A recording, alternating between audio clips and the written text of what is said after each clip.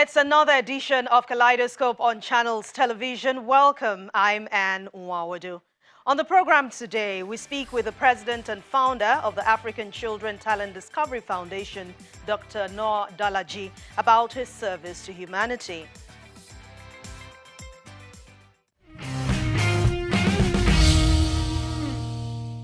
Once again, welcome to the program. Let's tell you about the African Children Talent Discovery Foundation. Founded in 2008, the African Children Talent Discovery Foundation is a leading international nonprofit with a mission to empower children, youth, and communities in situations of extreme poverty, illiteracy, diseases, and social injustice. As a United Nations Grade C non-profit organization, it has over the years become known for its humanitarian gestures, especially in areas of empowering the less privileged. Through its numerous programs, ACTDF has supported more than 25,000 beneficiaries in areas such as provision of scholarships across all levels of education, social and community development programs, widows and gender equality empowerment initiatives, healthcare interventions, sports development, youth empowerment and infrastructural development. The founder, Noor Dallaji, was born in the quiet but rurally endowed village of Wumo-Do Ward, Bula District, in Tafawa Balewa local government area of Bauchi State. He made his mark when, as a young star, he contributed enormously to his community's development before establishing the ACTDF, which has, through purposeful and visionary leadership, carved a niche for itself in the service to humanity. The organization designs proven, scalable solutions that equip children and youths with the support, skills, and confidence they need to lift themselves out of poverty and achieve their potential. Its vision is to see a world free from all forms of exploitation and discrimination, where everyone will have the opportunity to realize their dreams. We spoke with the president and founder of ACTDF, Dr. Noor Dallaji. The African Children Talent Discovery Foundation was founded in 2008 to tackle issues of illiteracy, poverty, diseases, social injustice, and much more. As the founder of this organization, did your grass to grace story in any way inspire the creation of this foundation? Oh yes, it has.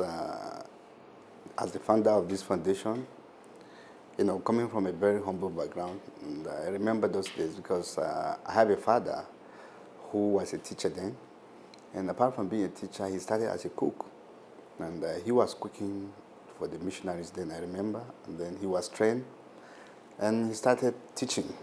And I also have a mother who is, she's also a teacher on her own way. Now, religiously, they are Bible scholars. And that's what my dad specialized on. I'm the last born in the family. And then, my dad always tells us, he said, look, in this life, the only thing I can give you is education. I don't have money to give you. And also, I want you to be humble in everything you are doing. So I learned a lot of things, growing up.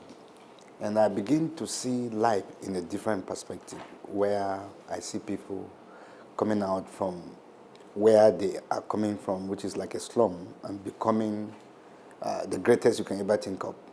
So I said, really, it means greatness is not about where you're coming from, actually. It has to do with where you're going to. And I begin to think, I said to myself, what can I do that I can change or make a difference? So I realized that people who are born nature are important people in this world, because nature does not make a mistake. And what they need to know is to recognize who they are and to work on the line of the talent they have. So because of that, I started working on this program that has given birth to the African Children Talent Discovery Foundation, which have changed my life tremendously, and by way of thinking, and then by way of association and all that. And that has given me a milestone ahead of my, I can call them my mate, and then my age group and all that. And I start to wear a bigger shoe, and then I begin to think that, okay, everything in this life is possible. Organizations have roadmaps they follow when it comes to corporate social responsibility. What is the roadmap for your foundation?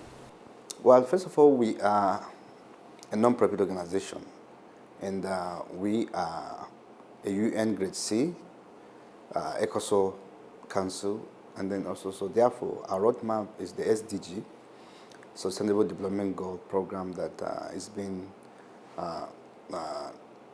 initiated by the United Nations worldwide. So if you look at the programs that they are doing, it's more of intervention.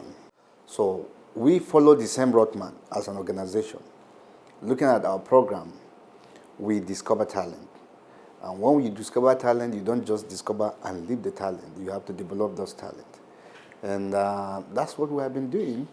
By the grace of God, today, I think we are one of the NGO in this country that were able to sign a sister city in 10 years with the city of Auckland, where we produce about 50 to 60 scholarships every year. Nigerian young people who are qualified, we send them to school, they are free of charge. And we also have a program through that sister city about the health sector where we are bringing a lot of equipment.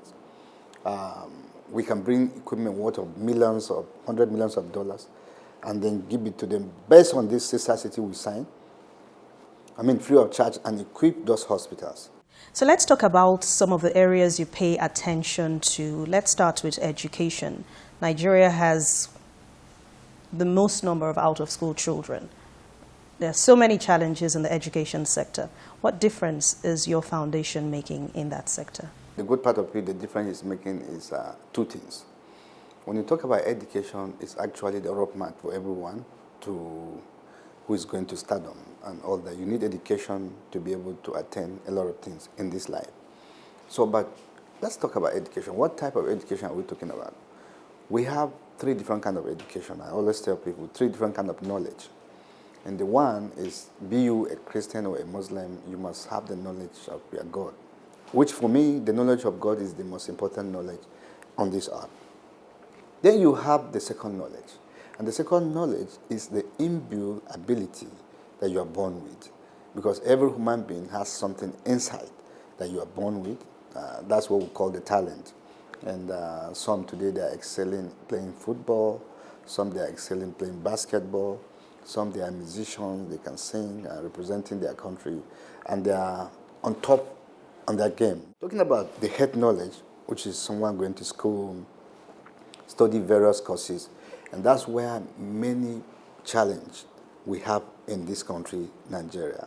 Maybe my son is a successful lawyer, and then you look at your son or your daughter and say, I want you to become a lawyer, because my son probably he's a successful lawyer or medical doctor, and you insist that he must be a medical doctor.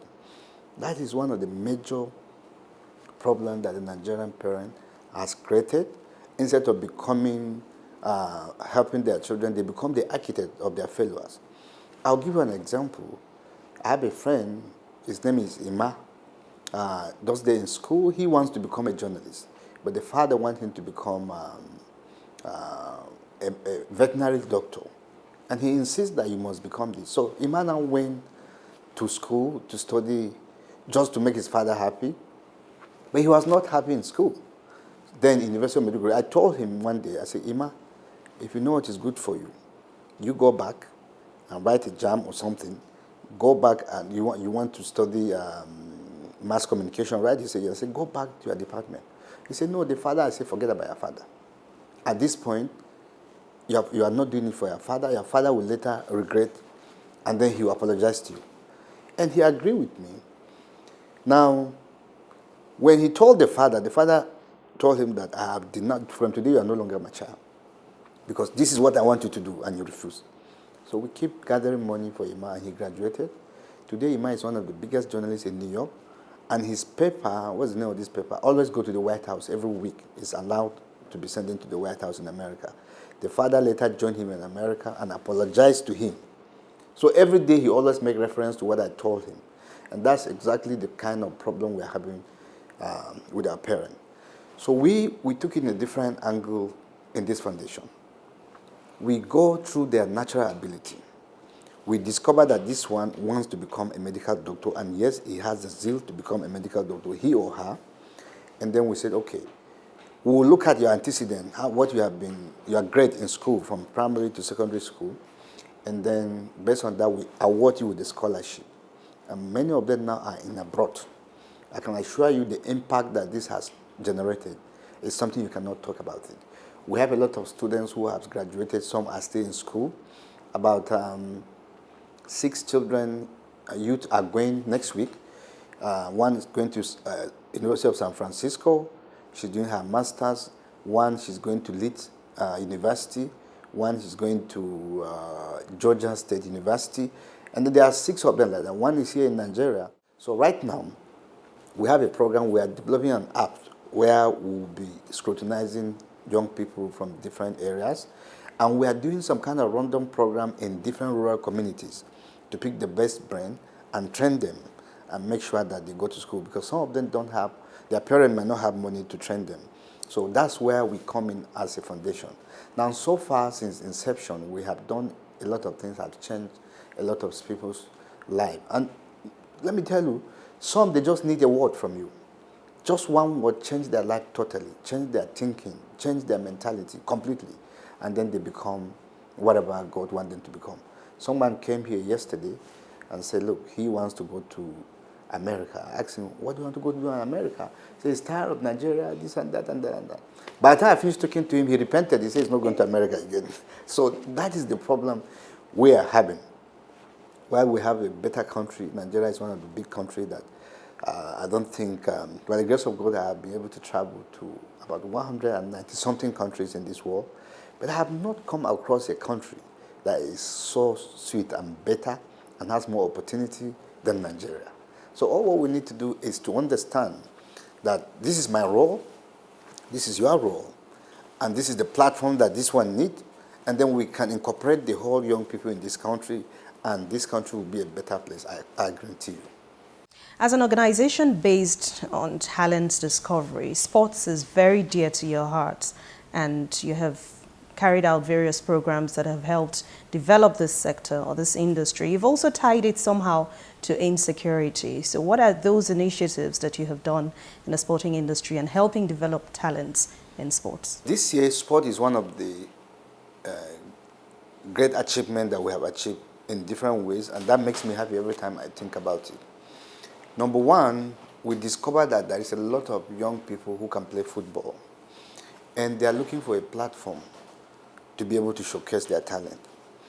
So we come up with a program in Bauchi State where I brought the best of Nigerian football players, the ex-Super Eagles, talking about J.J. Okocha, Kanu Wongo, whoever you can ever think of that has played in this country in a very high level, to come and mentor these young people.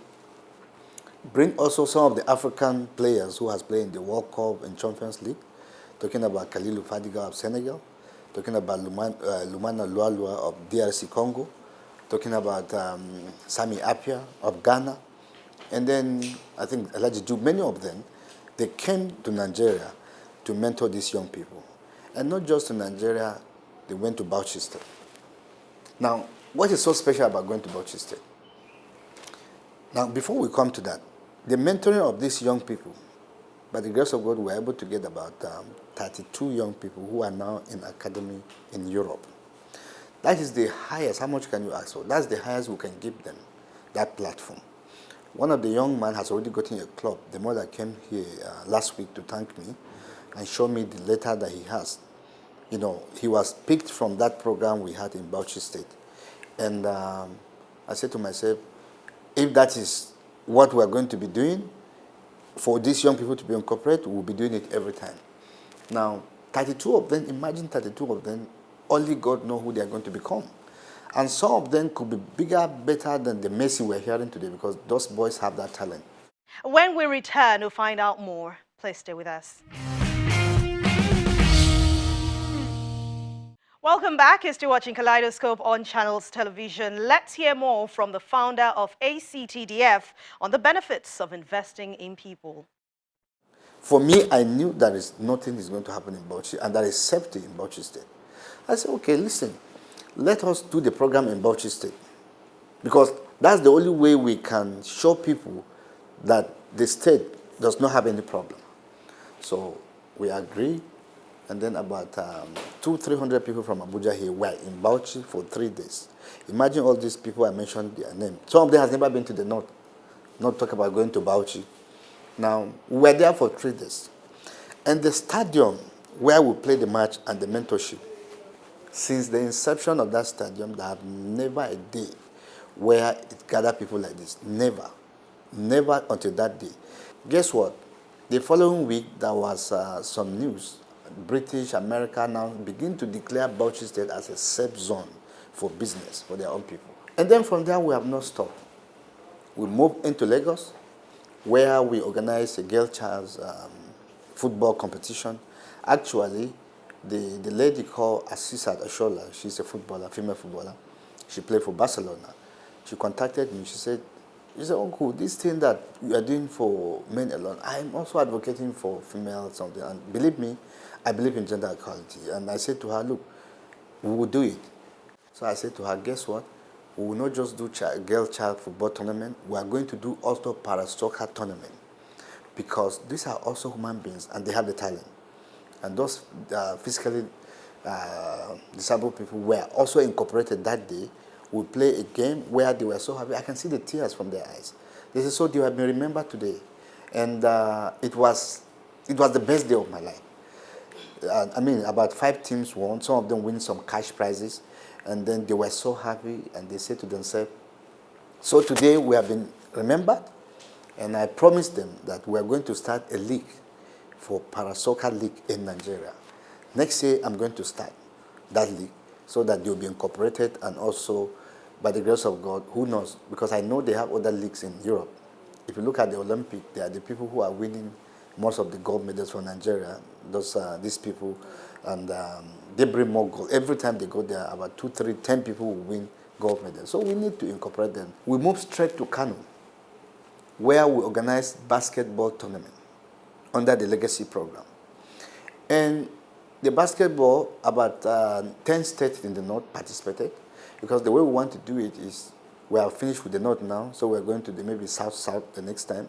Another one will go to southwest. You know, we'll go all the geopolitical zone to make sure that all the people participate, because it's not just the north that has the talent, it's not just the south or the east that have the talent is all over the country. We use the best brand, you know, talking about Olumide ADG, who has played basketball for the Nigerian team and also in America and all that. Brought him and other people to organize it. So we have a YouTube where they are watching them from Europe and America. 14 of them were given scholarship. Each of that scholarship is about $335,000. We just did the program last week here, and we're doing their visa. They'll be on their way next week. Now, they got scholarship to study, and they got admitted into basketball academy. Now tell me, I don't know any of these young people that got this scholarship. But whatever they become in this life, one thing I know, we have contributed our quota.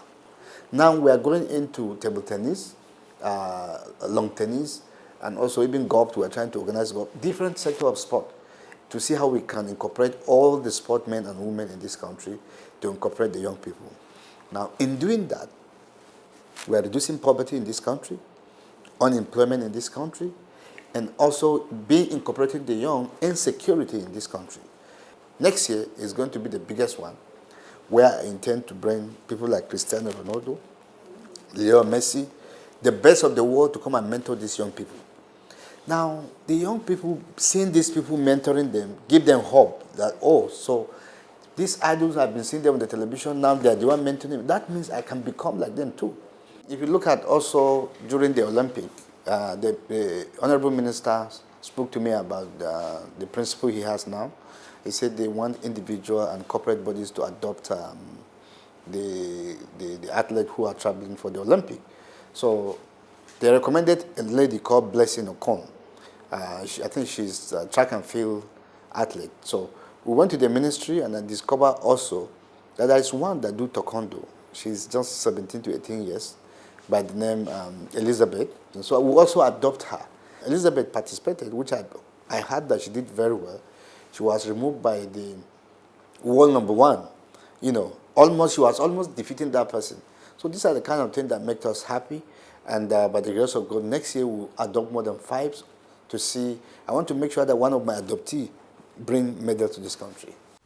Now, your approach is grounded on the conviction that, people living in poverty can become agents of change if they're empowered. Has your foundation intervened and helped bridge the gap, the poverty gap in Nigeria? Yeah, simple. We empowering young people. I have a young man who wrote me a text telling me that he's going to commit a suicide and that he was asked to come to me, to see me. So when he got here, I asked him, I said, young man, are you the person that sent me a message? I said, how did you get my number? He said, while he was drinking alcohol and thinking about what to do with his life, to take off his life, then somebody said, send message, call this number or send number to this man. He might advise you. I asked him to come back the following day and follow me to Lagos. So he came, and we went to the airport, and then we fly. And then first of all, he fly a private jet for him, he told me, for the first time. So we went to Lagos, we went to the hotel. I refused to talk to him. I said they should give him a room. So he was in the room, and then he was mingling with people. So he wants to talk. I said, no, just, there is nothing for you to do for me. I just want you to follow me. Now, we were there for 1 week. We got back to Abuja. We come back to, while in Lagos there, I said they should give him some money. Maybe he wants to buy some clothes or something. So we'll come back to Abuja. I said, you should come to my office. So when he got into my office, I said, now, are you ready to go and take your life? He said, no, sir. No, I don't want to take my life. Now, what does that tell you? He has lost hope. But now he has seen hope. So what we do, and he's a lawyer, I said, okay, what can you do? And he told me he can do some other business. So we empower him, and he's doing very well.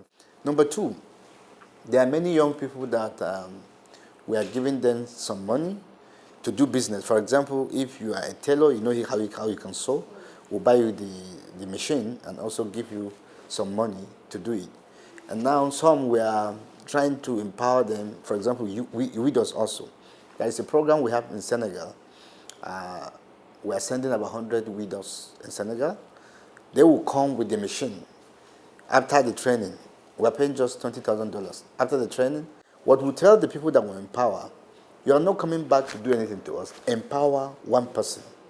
So we're having a program that we're empowering young people in this country. For example, just last week, and we organized a leadership program. I said this time around, I want the celebrities, the elite.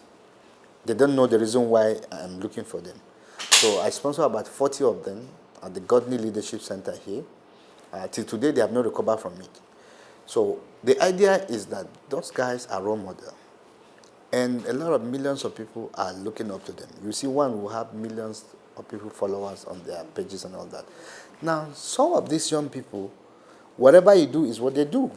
I'm working with the Conference of Speakers of Nigeria.